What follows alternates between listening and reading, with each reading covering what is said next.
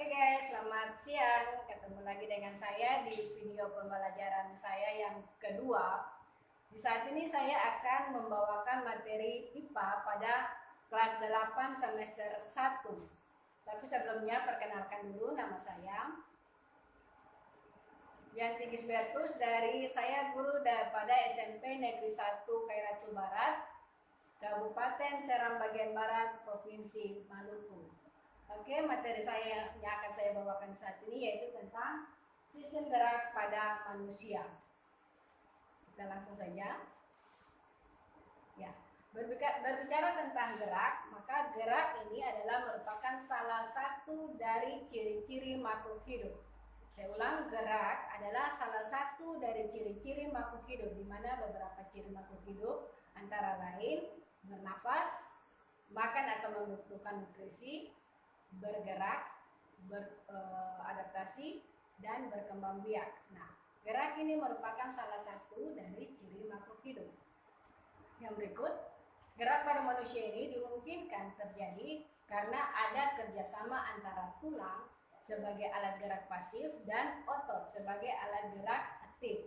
Nah, di sini tulang dikatakan sebagai alat gerak pasif karena tulang tidak dapat bekerja atau bergerak sendiri tanpa ada bantuan dari alat gerak aktif. Dalam hal ini adalah otot.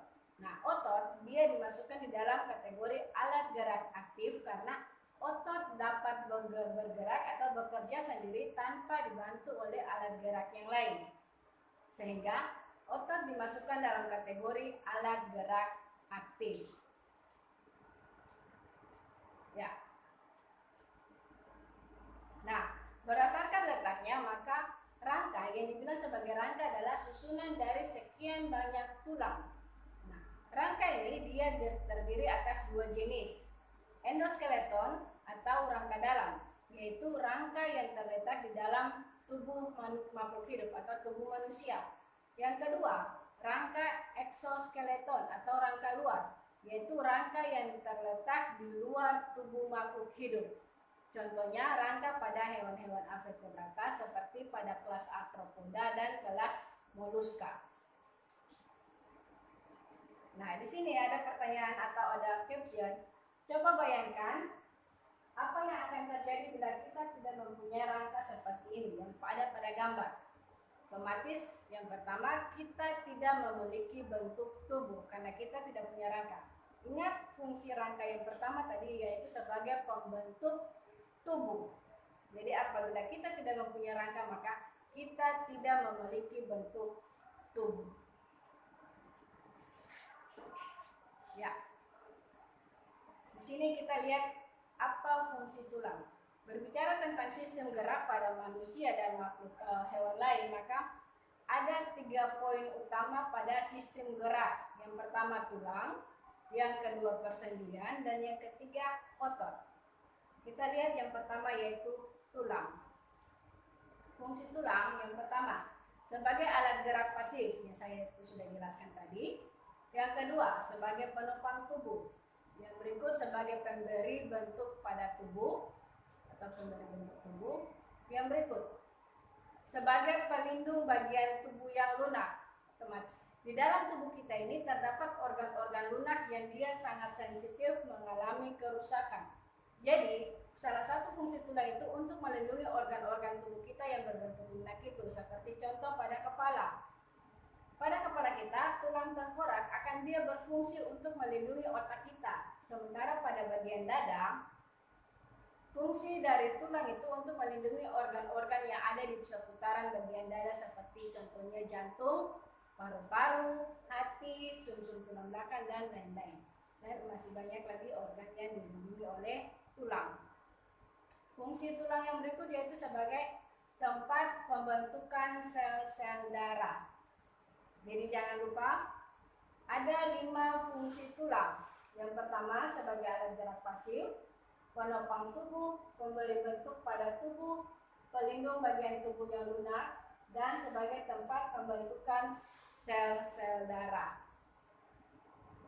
Ya, tulang dia terdiri dari atau terbagi menjadi 2 jenis tulang, tulang rawan dan tulang keras. Ya, tulang rawan dan tulang keras. Kita lihat apakah perbedaan antara tulang rawan dan tulang keras. Yang pertama, tulang rawan. Tulang rawan ini dia banyak sekali mengandung zat perekat atau kolagen, tetapi dia hanya memiliki sedikit zat kapur, sehingga tulang rawan ini dia bersifat lentur dan liat, mudah dibentuk. Dan tulang rawan ini juga tidak memiliki saluran Havertz. Nah, contoh dari tulang rawan ini yaitu tulang rawan banyak terdapat pada tulang-tulang pembentuk tubuh pada bayi. Yang berikut, tulang rawan juga terletak pada cuping hidung kita, cuping telinga kita, dan juga ada pada persendian tulang. Itu contoh-contoh letak di mana tulang rawan berada. Yang kedua, tulang keras. Tulang keras ini dia banyak mengandung zat kapur. Di dalam zat kapur itu terdapat kalsium karbonat dan kalsium fosfat. Dan juga tulang keras ini dia sedikit mengandung zat perekat atau kolagen. Jadi jangan lupa, tulang keras dia banyak kandungan zat kapur, yaitu kalsium karbonat dan kalsium fosfat, tetapi dia memiliki sedikit zat perekat atau kolagen.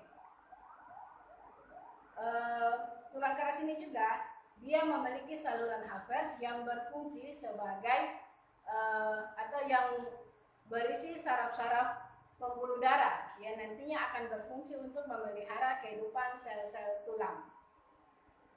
Tempat atau letak terdapatnya tulang-tulang keras ini contohnya seperti pada tulang-tulang pembentuk tubuh orang dewasa. Yang berikut contoh tulang keras seperti tulang lengan atas, tulang lengan bawah, tulang paha, tulang kaki. Itu merupakan contoh-contoh dari tulang keras. Yang berikut kita lihat bentuk-bentuk tulang. Ada 3 bentuk tulang: bentuk tulang pipa, tulang pipih, dan tulang pendek. Kita lihat yang pertama, tulang yang berbentuk pipa seperti pada gambar. Kalian lihat, dibilang tulang berbentuk pipa karena bentuknya itu panjang dan berongga di bagian dalam.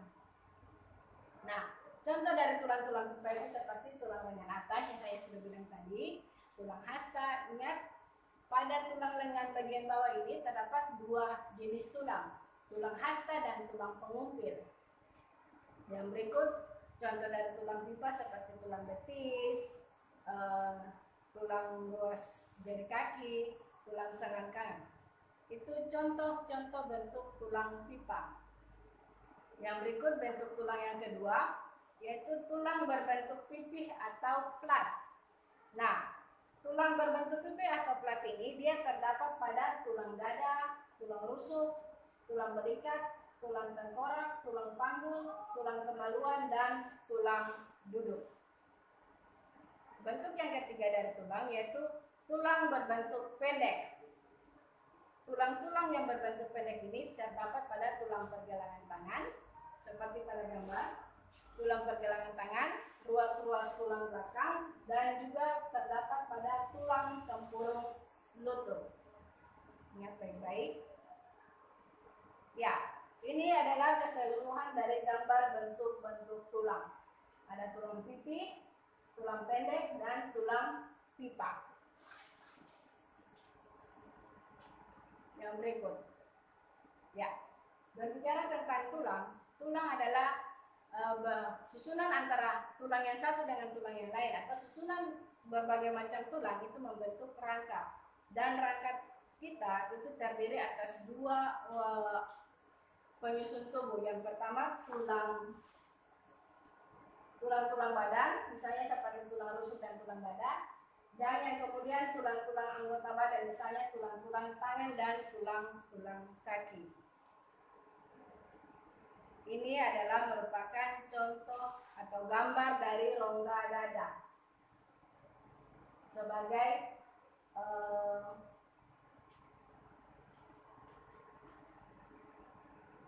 tulang-tulang badan.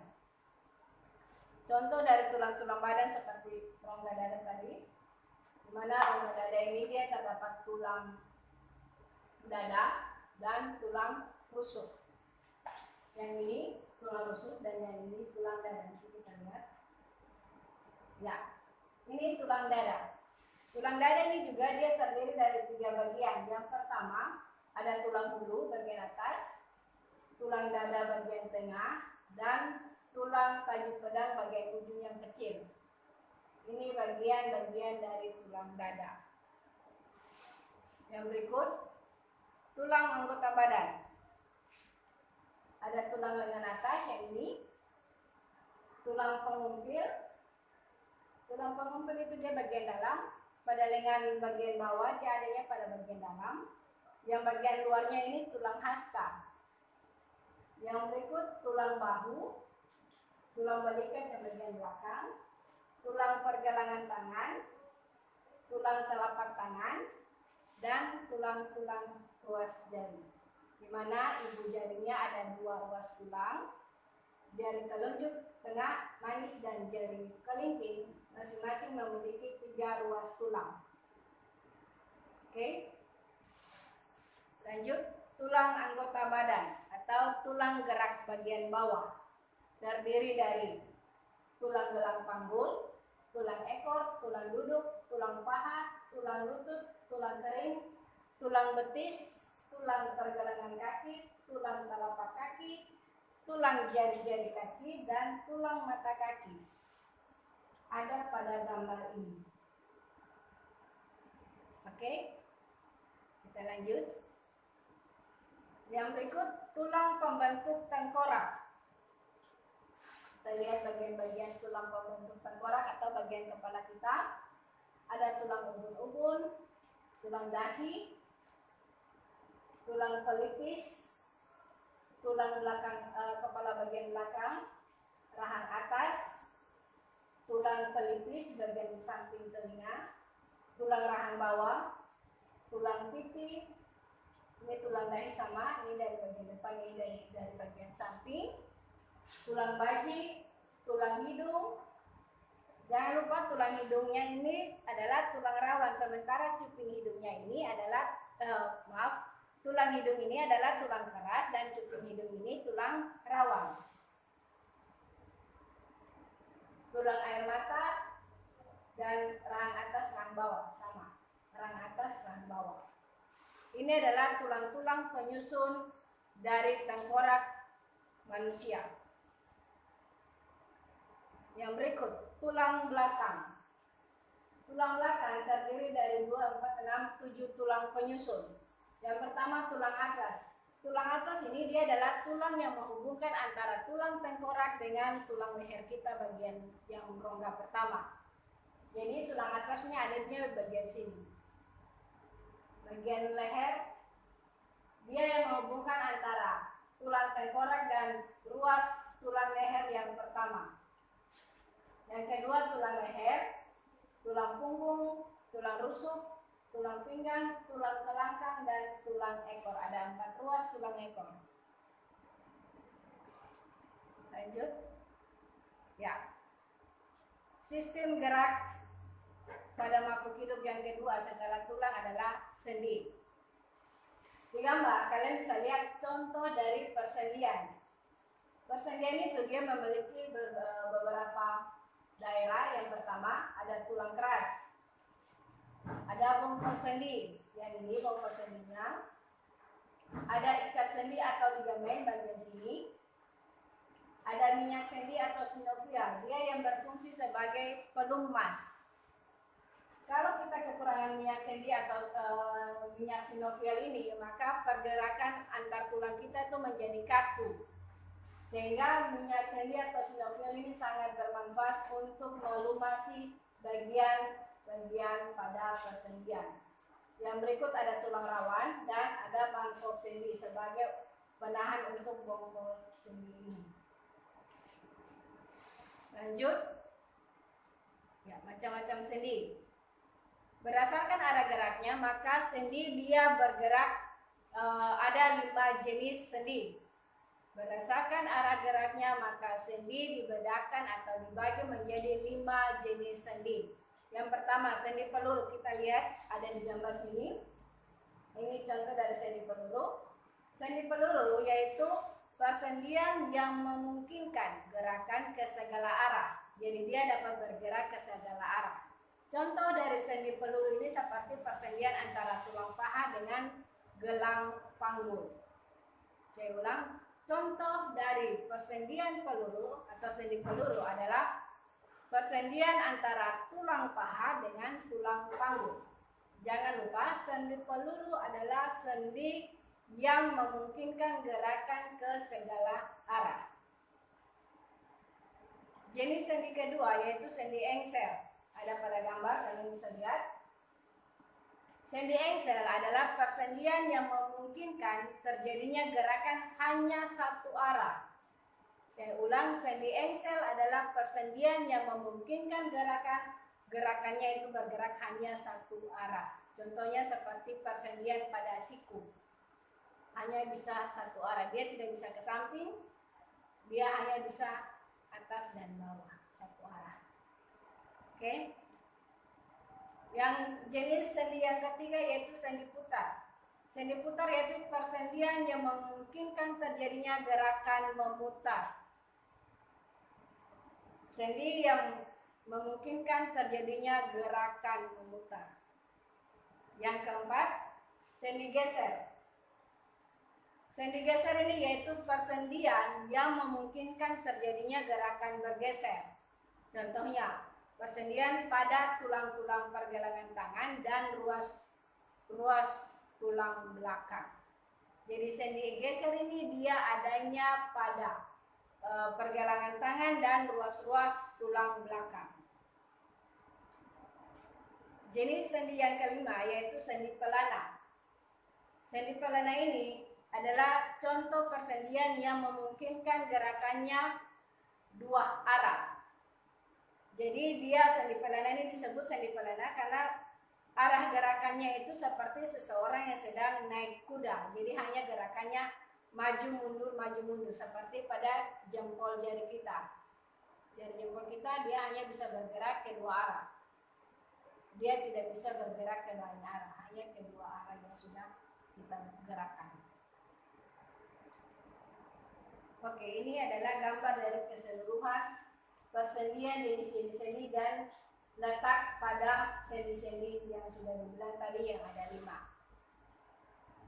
Saya ulang, ada 5 jenis sendi berdasarkan arah gerakannya.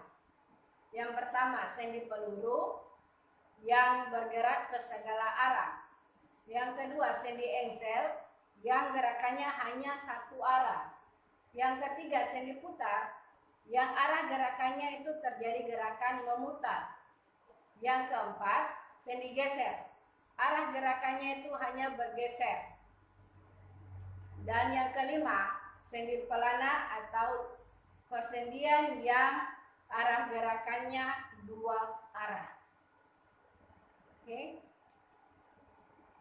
Ya, ini contoh dari persendian tadi yang sudah dijelaskan, gambar lainnya bisa dilihat seperti itu. Dan ini keterangan dari gambar yang sudah dijelaskan tadi. Ya. Poin yang ketiga dari sistem gerak pada manusia dan hewan lain. Poin yang ketiga yaitu otot. Kita sudah lihat tulang, kita sudah lihat sendi, dan yang ketiga adalah otot. Nah, otot ini dia berperan sebagai alat gerak aktif, di mana otot dapat bergerak sendiri tanpa ada bantuan dari alat gerak yang lain, dan otot dapat membantu terjadi pergerakan pada tulang karena otot dia menempel pada tulang. Oke, ada 3 jenis otot: otot polos, otot lurik, dan otot jantung. Kita lihat satu-satu. Yang pertama, otot polos atau sering dibilang otot tidak sadar.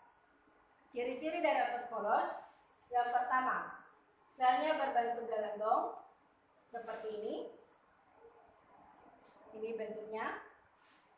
Yang kedua, hanya memiliki satu inti atau berinti satu. Hanya berinti satu atau memiliki satu inti. Bekerjanya secara tidak sadar, menyusun sebagian besar organ dalam tubuh. Jadi otot polos ini dia sebagai salah satu penyusun organ bagian dalam tubuh. Yang berikut otot lurik. Dibilang otot lurik karena dia bergaris-garis seperti lurik. Ini gambarnya otot lurik yang tadi, ya ini. Bisa kalian lihat dia bergaris-garis. Kalau otot polos tadi dia hanya polos saja. Dia tidak ada punya garis atau punya titik. Dia polos saja. Kalau ini gambar ini adalah gambar dari otot lurik, di mana dia kelihatan garis-garisnya seperti lurik. Makanya disebut sebagai otot lurik. Ciri-ciri dari otot lurik, yang pertama, selnya berbentuk seperti serabut, berinti banyak, terdapat bagian terang dan bagian gelap, menyusun otot rangka dan bekerjanya secara sadar. Itu ciri-ciri dari otot lurik. Yang ketiga, otot jantung. Otot jantung ini punya ciri-cirinya. Yang pertama, selnya berbentuk serabut, memiliki banyak inti, bekerjanya secara tidak sadar, dan hanya terdapat pada organ jantung. Ingat, hanya terdapat pada organ jantung, sehingga disebut sebagai otot jantung. Dan cara kerjanya itu tidak sadar, dia bekerja terus 24 jam, dia bekerja terus karena tidak ada jantung yang beristirahat. Karena itu ototnya juga harus terus bekerja. Nah, di sini ada dua gambar, mungkin tidak terlalu jelas.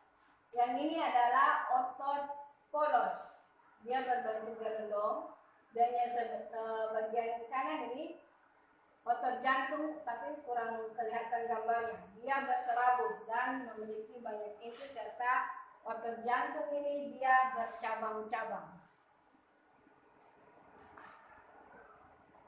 Ini gambarnya juga otot lurik, otot jantung dan otot polos, tetapi gambarnya kurang begitu kelihatan.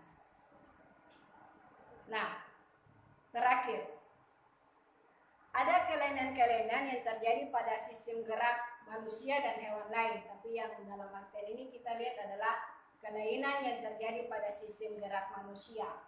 Yang pertama, mungkin kalian bisa lihat gambar seperti ini. Ada orang yang jalannya kakinya berbentuk seperti huruf O. Nah, kalau ada orang yang punya gaya jalannya atau kakinya ini berbentuk seperti huruf O, itu artinya dia sudah mengalami kelainan pada sistem gerak, dan kelainan itu kita kenal dengan nama rickettsia. Nah, rickettsia ini dia terjadi karena orang tersebut mengalami kekurangan vitamin D. Nah, vitamin D ini dia membantu penyerapan kalsium dan fosfor dari darah hingga mengerasnya tulang, sehingga tulang tidak bisa lagi dibentuk menjadi bentuk yang normal karena sudah mengalami pengerasan pada tulang. Penyakit ini atau kelainan pada sistem gerak ini dikenal dengan nama rickettsia, atau orang awam sering bilang kaki O. Yang berikut bisa dilihat gambarnya. Di sini kelainan yang kedua, osteoporosis. Nah, osteoporosis ini disebabkan karena kekurangan mineral. Seperti kita lihat, dia mudah rapuh dan mengalami kepatahan karena sudah kekurangan mineral. Di sini dikatakan meskipun kuat dan lentur, tulang-tulang bisa patah. Patahnya tulang disebut fraktura. Fraktura tertutup dan fraktura yang terbuka. Kalau fraktura tertutup itu patahan tulang yang terjadi tetapi hanya di bagian dalam. Kalau fraktura terbuka, otomatis tulangnya sudah menonjol ke arah keluar dari kulit. Kelainan yang berikut, artritis, yaitu penyakit pada persendian atau kelainan pada persendian, di mana yang mengalami penyakit ini atau penderita dari penyakit ini mempunyai tulang rawan sendi yang rusak. Jadi tulang rawan itu kan salah satu letak di mana tulang rawan itu yaitu pada antar persendian. Jadi kalau artritis ini berarti tulang rawan pada persendiannya itu sudah mengalami kerusakan dan membuat atau menyebabkan sendinya menjadi bengkok. Yang berikut, kelainan pada sistem gerak lordosis. Jadi ada artritis, ada lordosis, ada kifosis dan skoliosis. Ini gambarnya. Ya. Ada kifosis, dia membungkuk. Ada skoliosis, dia menyamping. Dan ada lordosis yang dadanya dibusungkan atau bagian tulang belakangnya agak maju ke depan. Ini kelainan pada sistem gerak pada manusia. Oke. Saya rasa sampai di sini materi kita tentang sistem gerak pada manusia. Semoga materi ini dapat membantu para siswa sekalian maupun siapa saja yang melihat video ini bisa menjadi tahu tentang sistem gerak pada manusia dan juga kelainan-kelainan yang akan terjadi atau yang sudah terjadi pada sistem gerak manusia. Saya rasa sampai di situ saja. Tugas yang akan saya berikan nanti akan saya bagikan ke wali-wali kelas, kemudian wali kelas akan men-share-nya ke WA grup siswa masing-masing, anak-anak walinya.